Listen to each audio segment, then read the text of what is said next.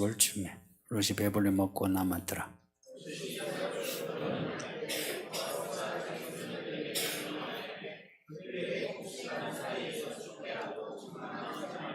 또 그를 위하여 곡식 떠버려서 조금씩 뽑아버려서 그에게 죽게 하고 꾸짖지 말라 하니라. 아멘.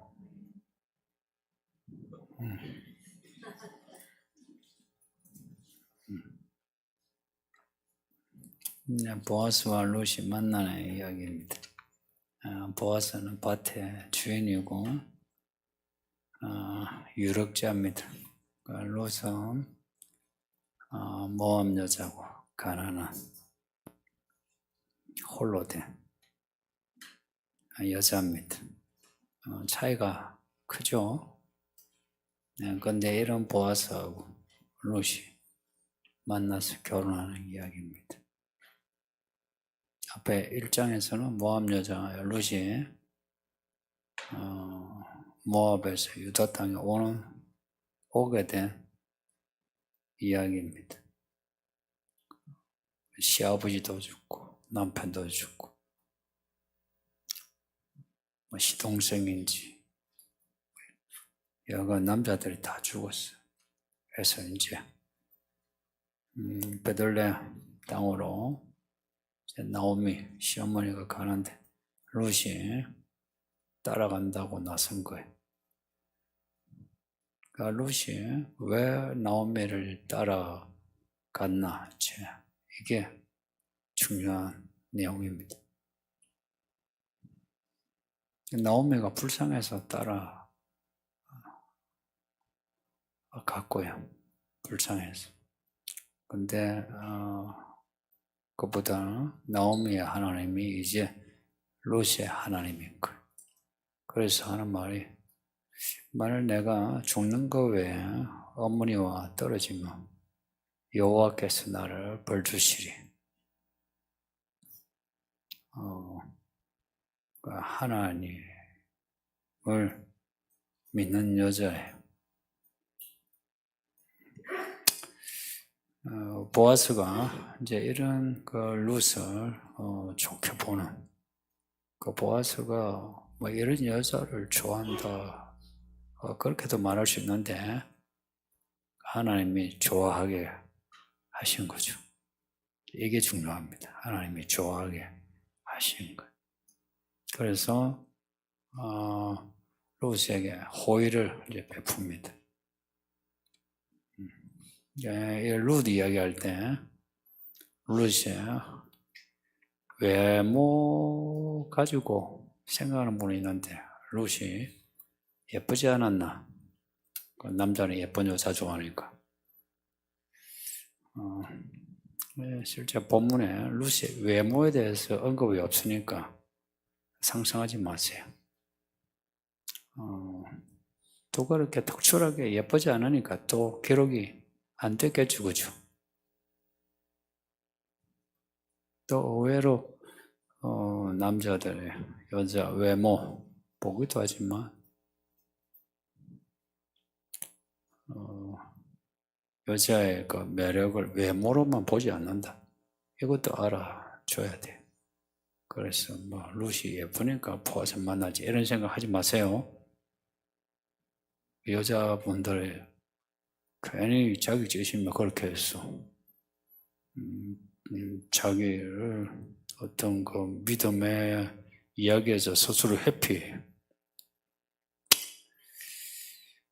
그렇게 남자들이 예쁜 여자 좋아하면 그 예쁜 여자 연예인들이 결혼을 했다면 이혼한 이유가 뭐겠어요? 뭐 때문에 이혼할까? 예쁜 거.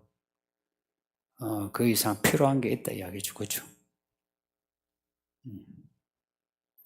본문은 보아스와 롯이 이제 앞에서 그런 서로 호의,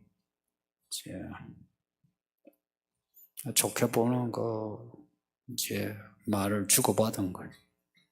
이제 시간이 돼서 밥을 먹는, 이제 밥 먹으면서 일어날 일입니다. 보아스는 집이 베들레헴에서 좀 떨어진 곳, 자기 밭을 이제 한번 둘러보려고 왔다가 일꾼들이 잘하고 있나 보고 또 밭에 이삭을 줍는 아낙네들 뭐 얼마나 되나 보고 이제 관리하러 왔죠. 하면서 이제 밥을 같이 먹으면서 또 이제 보아스와 루스의 이제 썸이 이제 타는 내용입니다.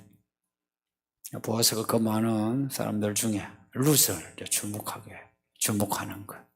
저는 이런 경우 하나님이 보아스에게 루스를 보도록 이렇게 눈을 여셨다. 저 그렇게 봐요. 그리고 결혼하신 분들 하나님이 그렇게 해서 만난 거 아닙니까? 저도 생각지 않게 집사람 만나 연애하고 결혼했거든요. 무슨 뭐 짝사랑하고 쫓아다니고 아니고 그냥 우연히 만나 그렇게 썸을 타가지고 연애하고 했지. 보아스가 루스에게 하는 말이 이리로 와서 떡을 먹어라. 여기 와서 식초에 떡을 찍어 먹어라. 이제 소스죠. 식초인데 식초란 단어지만 그냥 떡을 찍어 먹는 뭐 소스겠죠, 그죠? 그런 소스에 찍어 먹어라. 그러니까 루스 가난해가지고 집에서 이렇게 뭐 가져온 얼마 안 되는 그런 곡식 뭐 이렇게 떡을 조금 해가지고 이렇게 먹었겠죠. 근데 이제 보아스와 그 일꾼들은 그래도 준비된 소스 이래 밥과 반찬이에요. 그러니까 밥하고 반찬을 같이 먹는데 야 여기 와서 반찬 먹어라 이래 한 거죠. 이제 보아스가 루스를 특별히 이제 여기는 그런 모습입니다. 여러분은 보아스가 나 혼자 이렇게 맛없이 먹고 있는데 와서 맛있는 거 같이 먹자 뭐 어떡할 거예요? 갈 거죠, 그죠? 테이블이 이제 이쪽 테이블에서 저쪽 테이블로 이제 옮겼다 보시면 돼요. 여기는 이제 이삭을 줍는 가난한 사람들, 여기는 이제 보아스 주인과 그 일꾼들이 먹는 그런 괜찮은 식탁 자리 옮긴 거예요. 옮겼는데 루시 뭐 이리로 와라 하는데 여자가 조신하고 또 똑똑해요. 오라고 한데 했어요. 룩 바로 옆에다가 앉는 그게 아니고 테이블은 같은 테이블이라도 곡식 빼는 일꾼 자리 옆에 이제 앉았다 이야기입니다. 그 곡식 빼는 일꾼 앉으니까 그 곡식 빼는 자가 주인이 루스를 특별히 여기는 거 알고는 이제 루시 먹지 못하는 그런 볶은 곡식 이제 루스는 그런 밥을 못 먹죠. 이제 뭐 요즘 말로 하면 보리밥을 먹는 루스에게 와서 찰밥 먹어라 이거죠. 그러니까 이제 찰밥을 볶은 곡식을 이제 준 거예요. 루시 이게 웬 떡인가 해가지고 먹고 배불리 먹고 남았다 합니다.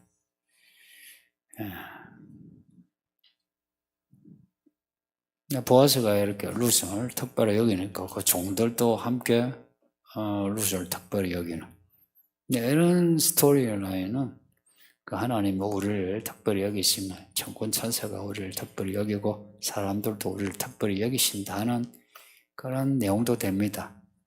근데 그게 사실이에요. 그래서 그 보아스와 루스의 이야기는 우리의 보아스이신 예수님, 하나님 그 이야기로 비약시켜도 돼요. 그러면서 이제 보아스가 자기 종들에게 또 한마디 합니다. 이제 시간이 되어서 이제 일어나가지고 이제 일을 하러 가겠죠, 그렇죠? 그 보아스가 루스를 위해서 종들에게 하는 말이 루스를 위하여 곡식 따발해서 조금씩 곡식을 뽑아버려 루시 죽도록 하라 그럽니다. 또 룻을 위하여 조금씩 뽑아 죽게 하는데 책망하지 마라 그럽니다. 이 특별한 대우.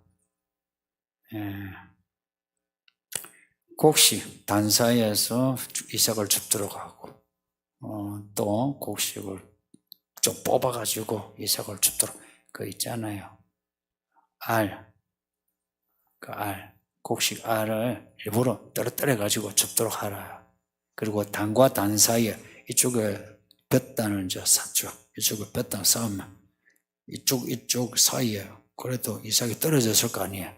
그러니까 여기에서 줍는 사람이 이제 특권이고 요 볕단을 바깥으로 이제 주면 이제 떨어진 이삭이 별로 없죠. 그러니까 제일 많이 떨어진 곳에 줍도록 하고 그리고 또 룻을 위하여 일부러 그 이삭을 떨어뜨려라 합니다. 여기서 조금씩 뽑아버려서 이게 조금씩 이렇게 탁탁 이 알곡을 쳐가지고 떨어뜨려. 이게 조금씩 뽑아버려 한 말이 이게 뽑다는 말이 부사 동사로 써 있는데 이 두 개 반복이 돼요. 뽑다는 말, 뽑다인데 하나는 부사, 하나는 동사 해서 조금씩 뽑다 이렇게 돼. 근데 이 이제 두 번의 반복, 요 패턴이 룻기의 특징이에요. 15절 보면 책망하다 나와요. 책망하지 마라. 룻을 책망하지 마라. 16절에 꾸짖지 말라 그럽니다. 15절에 책망하다는 책망으로 번역이 됐지만 정확한 번역은 욕하지 마라. 수치 주지 마라 하는 뜻입니다. 모욕하지 마라. 그 모함 여자죠. 가난하죠. 이삭을 줍죠. 그러나 일꾼들이 갑질하잖아요. 그죠? 지금도 그렇게 갑질하는데 옛날에는 갑질이 더 심하죠. 그러니까 줍는다고 그 룻을 무시하지 말라 하는 거예요. 그리고 16절은 그 룻이 모함 여자하고 이스라엘하고 문화가 다르죠. 그러니 잘 몰라가지고 실수해도 잘못을 지적하지 말라 이야기입니다. 근데 이게 이제 같은 의미인데 책망하지 마라, 꾸짖지 말라 이게 반복이 되죠. 앞에 조금씩 뽑아 룻을 위해 조금씩 뽑아라 할 때 뽑아 네, 반복이 돼요. 성경은 이런 그 단어가 반복이 될 때는 거기에는 의미가 재생성됩니다. 특별히 이제 보아스가 룻을 향한 마음이 특별하다는 게 나타났고요. 이게 단지 이제 앞에서 본문 앞에 지난주 읽었던 부분은 연민과 동정 정도로 봐도 돼요. 근데 오늘 본문은 연민과 동정을 이제 넘어서 그 연애도 만나가지고 이제 그 다음에 마음 느끼는 거 있고 서로가 또 그 마음이 확실해지는 관계가 되죠. 이런 어떤 썸의 과정이 있죠. 그 오늘 본문에서는 룻에 대한 마음이 연민과 동정을 넘어서 뭔가 확실해지는 거예요. 확실해지는 거. 보아스가 룻을 향한 마음이 확실해지는. 이런 거 보면 이 보아스가 정말 여자 볼 줄 아는 남자. 여기 남자분들, 여자가 착하다고 믿음 있다고 여자 사랑하는 남자가 얼마나 있을 것 같습니까? 의외로 많지 않아요.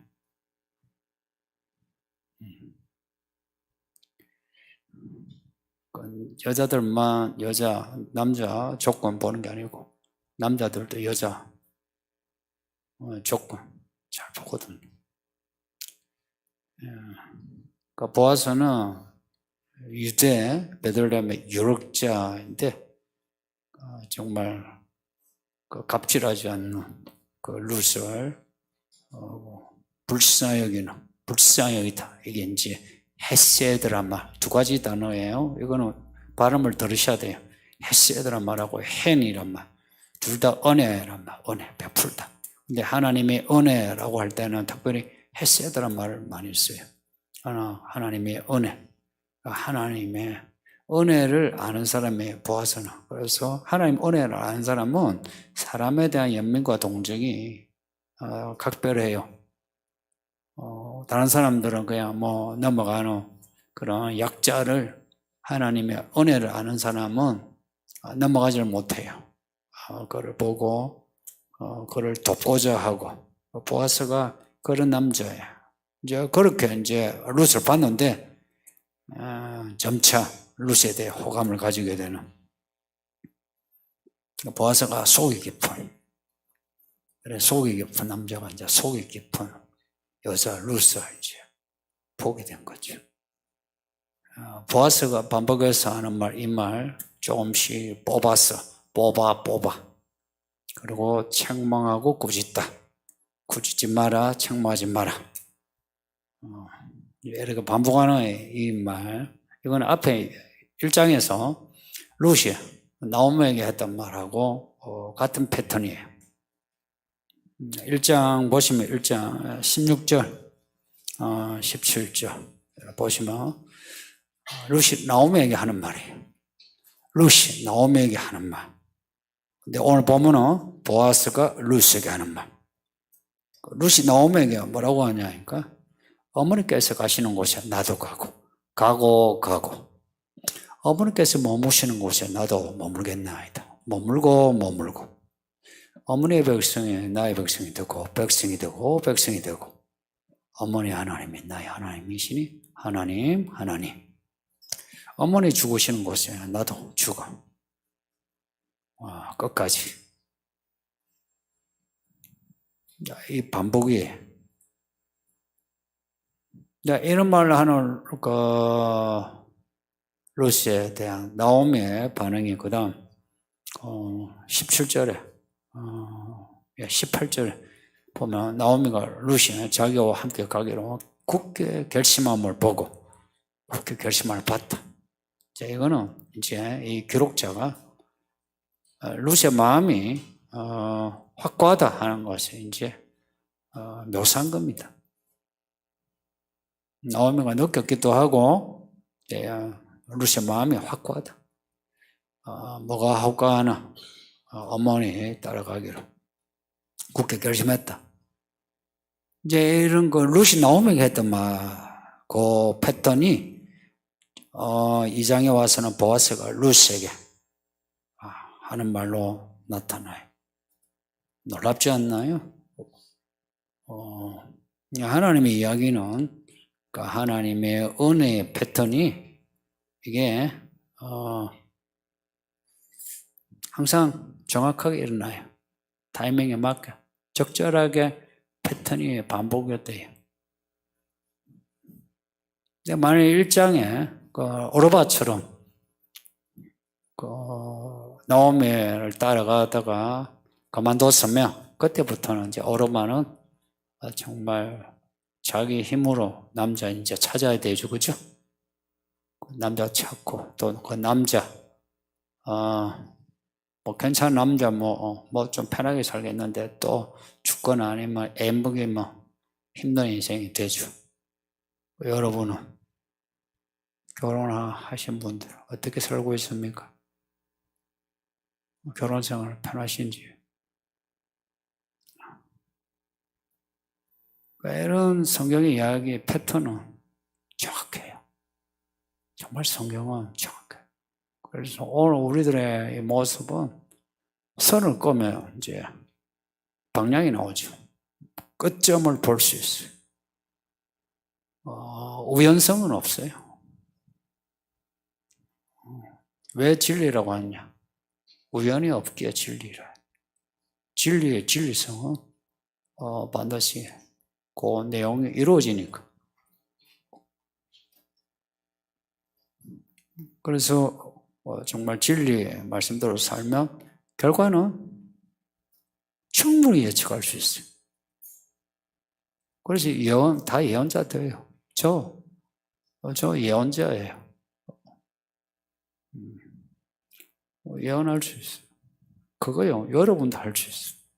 스토리를 알면. 그 끝을 알면, 그렇대요. 그 과정은, 스토리, 어떤 여정은 잘 모르죠. 근데 끝은 알아요.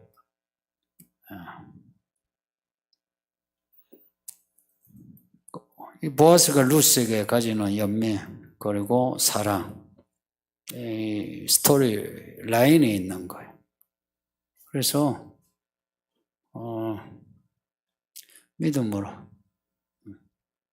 좋은 세월 보내면 좋은 남자 만나고, 믿음으로 좋은 날 보내면 좋은 여자 만나고, 또 결혼을 해서, 비록 그 결혼이 흠결이 있어도 내가 지금 믿음으로 살면 모든 것이 보정되고 수정되고 결혼 생활도 변화가 있습니다.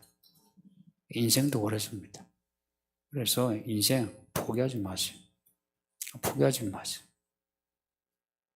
성경은 해피엔딩입니다. 앞에 12절에서 보아스가 루스에게 한 말이 있어요. 여호와께서 내가 행하는 일에 보답하시기를 원하며 이스라엘 하나님 여호와께서 그의 날개 아래에 보호받으러 내게 온전한 상 주시기를 원한다. 이거 보면 보아스가 그냥 유력자가 아니고 하나님의 유력자예요. 그의 날개 아래에 보호받으러 온 내게 하나님이 상 주기를 원한다. 그러니까 하나님 이 루스에게 날개가 되어줘서 보호해 주소서 이런 내용이죠. 이에 대해 루시의 대답이요. 네, 주여, 내가 당신께 은혜 입기를 원하나이다.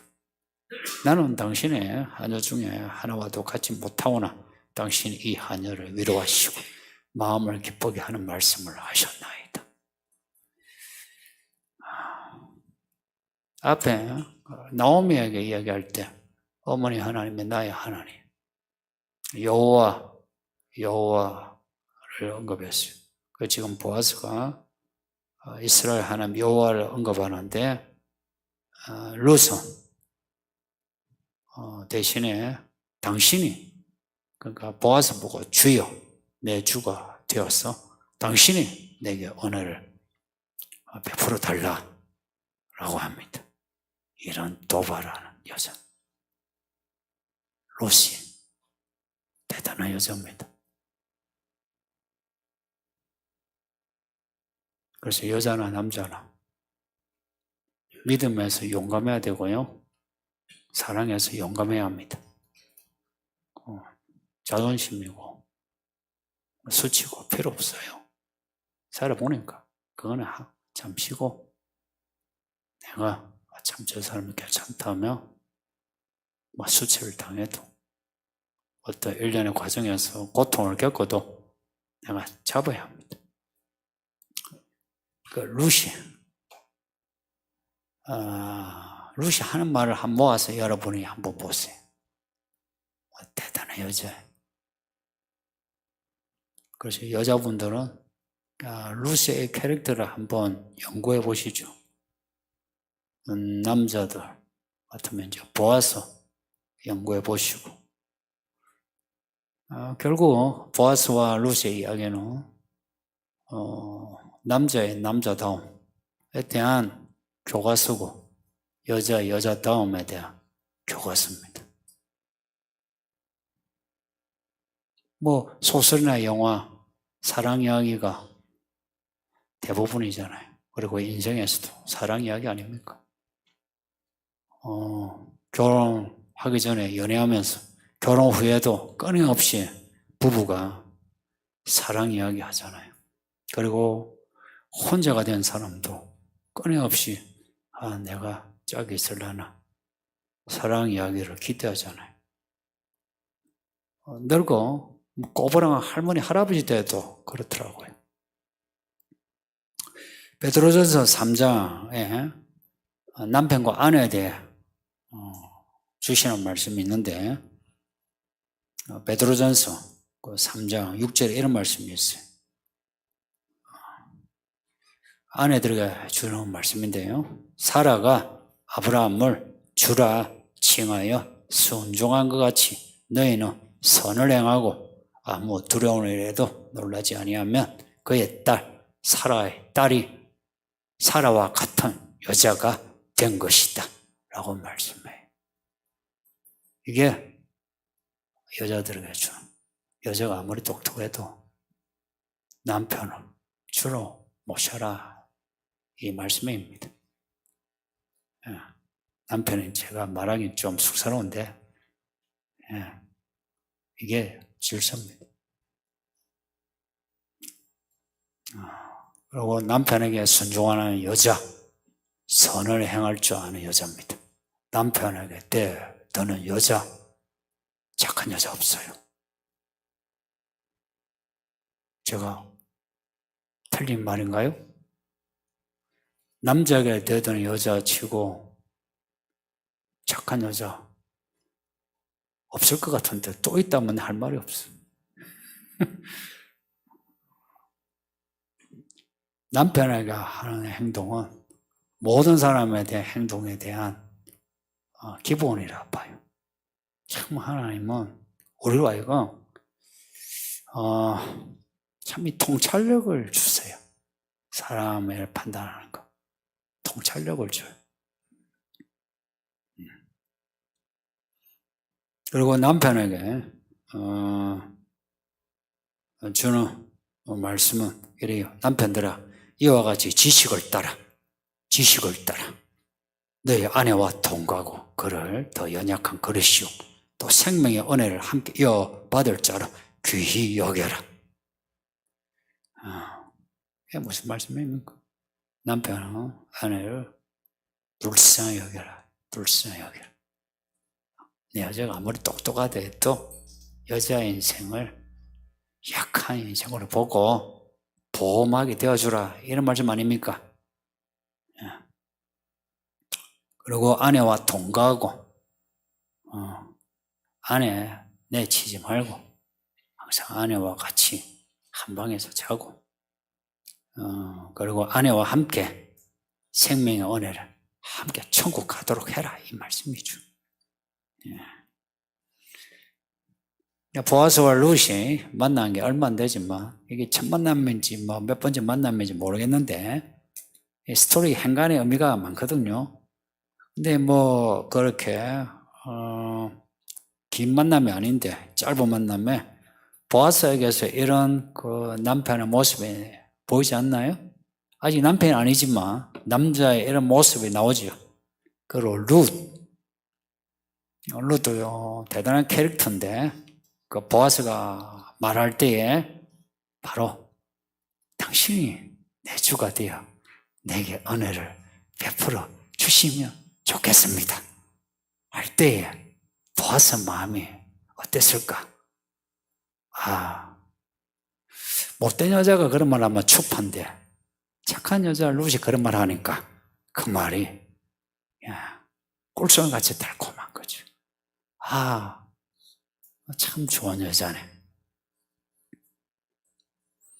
그러면서 보아스가 룻의 날개로 자처하는 거예요. 보아스가 했던 말이죠. 여호와께서 너의 날개가 되어 너를 보호해 주기를 원한다. 룻이 당신이 내게 은혜를 베푸소서 하니까 그 다음 이제 오늘 본문에서는 정말로 보아스가 룻의 날개로 자처해 주는 거예요. 그래서 두 번이나 곡식을 뽑아 이 싹을 많이 줍도록 하고 그리고 잘못해도 꾸짖지 말고 책망하지 마라 이렇게 반복했어. 이런 그 스토리 라인이 이게 이 두 사람만의 사랑 이야기라고는 볼 수 없는 뭔가 이야기가 맞아떨어지는 게 있다 이야기예요. 우연성은 아니다 이야기입니다. 맞아떨어지는 게 있어요. 맞아떨어지는 게. 우리는 이 맞아떨어지는 걸 우리는 발견해야 되고요. 그리고 우리 삶이 이렇게 맞아떨어지는 삶을 살아야 한다고 생각해요. 맞아 떨어질 때 어떤 마음이 들어요? 와, 진짜 하나님 살아계시네. 야, 이 말씀이 진짜네. 이런 생각이 들지 않나요? 근데 안 맞아 떨어지면 어떡해요? 어떡하지? 왜 이럴까? 너 어떻게 해야 되나? 이러죠. 근데 맞아 떨어지면 이제 방향이 확고해지죠. 이렇게 나가자. 이제 요 뒷이야기는 이래요. 보아스는 보아스대로 확고한 방향으로 나아가고, 룻은 룻대로, 나오미와 함께 이제 확고한 방향으로 이제 가는 이야기예요. 하나님의 은혜입니다. 하나님의 은혜가 뭐냐? 우리 인생을 덮는 덮개가 하나님의 은혜입니다. 오늘 룻기에는 이제 날개로 나와요. 제가 표현하는 이제 단어는 덮개요, 덮개. 정말 하나님이 저쪽 끝에서 저쪽 끝까지 덮고 계신 거라. 그 하나님의 덮개 아래에 하나님만을 바라보고 그 하나님의 내게 베푸신 은혜를 가지고 내가 사람들을 내가 대할 때에 나의 덮개가 되어주신 하나님. 그 하나님은 내 인생의 이야기를 만들어 가시는 거예요. 우연히 갔는데 보아스의 밭이라. 그 보아스가 어떻게 들었는지 룻의 말을 룻에 대해 들었는데 그냥 마음이 너무너무 따뜻해져. 아니 그런 여자가 있다니. 누구지? 당신인가?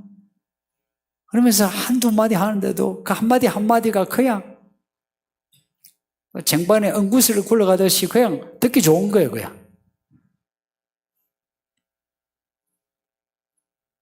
하나님의 은혜로 산다는 거는요, 그냥 앉아가 하나님 은혜로 살게 해주셔야 되는 게 아니고, 우리가 살면서 너와 나, 우리 간의 관계에서 우리가 어떻게 내가 행동하느냐에 따라서 하나님의 은혜 이야기가 달라집니다. 룻은 따라갔어요. 오르바는 그냥 좋은 여잔데 그냥 모압으로 그냥 가버렸어요. 이런 룻과 오보라를 한번 비교해 보세요. 우리의 믿음 어떤가요? 룻의 믿음처럼 이렇게 끝까지 가고 있나? 끝까지 가고 있나? 모압 땅, 베들레헴 땅, 모압은 세상이요, 베들레헴은 하나님 나라예요. 여기서 여기로 가는 거 이거 결단 아니면 안 돼요. 근데 룻은 여기서 여기로 가니까 여기에 누가 있다? 주님에 계신 거라. 룻의 주님 보아스. 그 보아스의 하나님이 진짜 룻의 하나님이 되는. 그래서 낳고 예수님이 태어나시는 거예요. 진짜 룻이 고백한 대로 어머니 하나님이 나의 하나님이 되시고 하는 겁니다. 근데 룻이 한 번도 나오미에 대해서 제가요 어머니 불쌍해서 따라왔어요 이런 말이 없어요. 생색을 내지 않아요. 진심은 생색을 안 내요. 거짓은 생색을 내요. 하나님의 은혜는 진심에서 나와요. 왜냐? 하나님은 신실하시니까. 누군가를 향한 마음이 진심이면 하나님은 그 진심을 알아주십니다. 내가 누군가, 내가 버려도 되고 무관심해도 되는데, 혹은 기브 앤 테이크로 내가 당신 나한테 하는 만큼 해주지 하는 식으로 내가 할 수도 있어요. 혹은 직장에서 내가 돈을 받는 만큼만 내가 일을 할 수도 있어. 그러나 제 3자만이 아니라 내 가족, 내 아내, 남편, 내 아내, 남편만이 아니라 제 3자까지도 그렇게 계산한 것이 아니라 내가 진심으로 불쌍히 여기고 그의 덮개가 더 되어줄 때 하나님이 우리의 덮개가 되어주십니다. 그런 인생 한번 살아봅시다. 예. 말씀 생각하면서 기도합시다. 아버지 하나님 감사합니다. 정말 감사합니다. 오늘도 룻기를 읽게 하시니 감사합니다. 잘 읽으네요. 잘 들어. 우리 인생의 보아스와 룻처럼 이렇게 아름다운 하나님의 이야기가 되게 해 주소서. 우리를 향한 하나님의 은혜가 이렇게 처음부터 끝까지 우리의